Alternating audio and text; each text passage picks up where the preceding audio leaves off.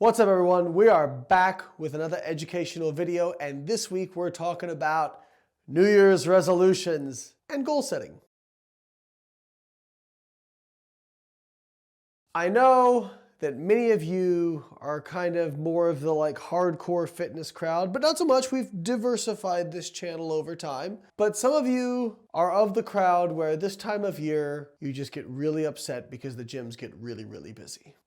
So I want to implore to you that you are not going to be nasty to the new people at the gym, that you're not going to make them feel uncomfortable. Yes, many of them will join up and then quit, but some of them won't. And most of the people that complain about the new people in the gym, the New Year's resolutioners in the gym, are the same people who also complain about the cost of the healthcare system and the burden of obesity on the healthcare system. So do not shame people or make them feel uncomfortable who are actually trying to better themselves.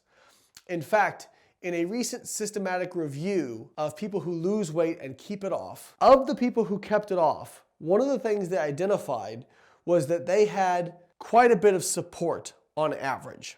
Whereas people who were not able to lose weight or weren't able to keep it off, so they lost it but then put it back on, identified one of the major factors as an obstacle for them was not having support, or having people who were very critical or made them feel uncomfortable.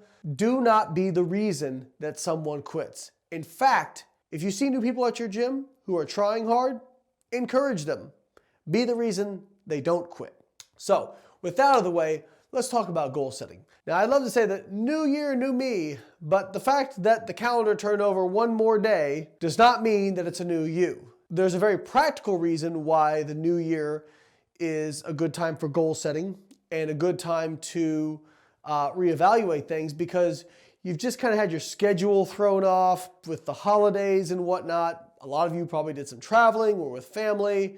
You're kind of out of your rhythm, and now you're going to settle back into whatever your normal routine is. First off, just saying you want something is not good enough, but it is important. Many of us don't even take the first step of goal setting, which is having a goal. Why do people not like to set goals? Well, goals are scary because if you put out a specific, objectively defined goal, and this is important, then you have a metric for what failure is. And people don't like doing that.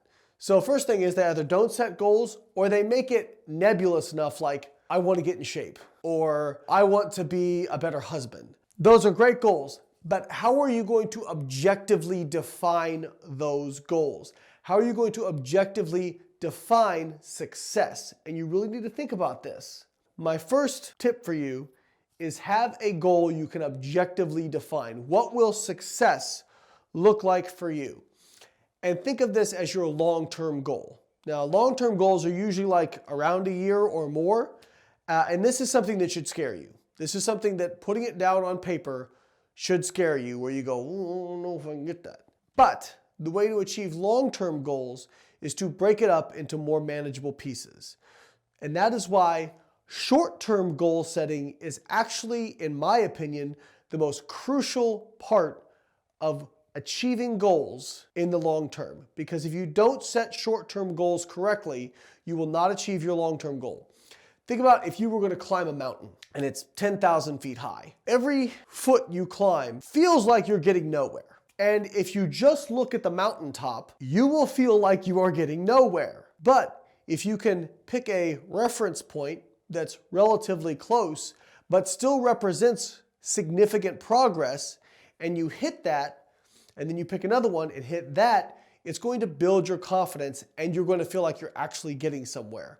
Now, if somebody wants to lose, say, 50 pounds, their short-term goal is usually like a month or two. Their short-term goal might be, I'm going to lose 5 pounds in this next month. And you come up with a game plan, execute it, and when you get to the end of that month, you look at, okay, did I achieve this goal? If you did, cool, time to set a new one. If you did not, evaluate, why did I fall short? What were the reasons? And what do I need to change to make sure that that doesn't happen again?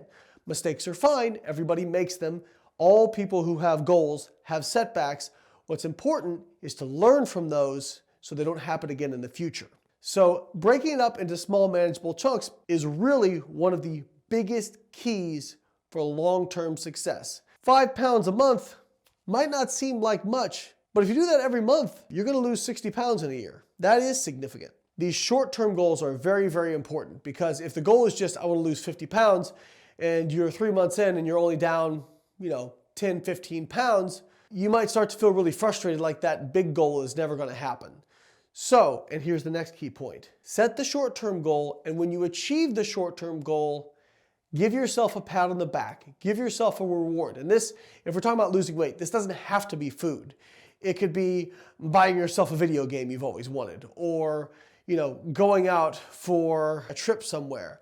Give yourself some kind of attaboy or attagirl for a great job well done. Because this is so important, because if you only just beat yourself over your head with your long-term goal, you're gonna get worn out. It's really incredibly important to give yourself that pat on the back for what you've done. What happens is as you start to set these defined short-term goals, as you accomplish them, and then maybe you have setbacks and you get through those setbacks and you accomplish another short-term goal, over time, that is going to build your confidence that you can do this, that you can get this really big, scary goal. I would implore you, set an objective, long-term goal and set objective, achievable short-term goals. Your short-term goals should not scare you. They should be very achievable. Now, all you have to do is go out and execute. And the one last thing I'll say is if you've got a big goal, whether it's losing weight,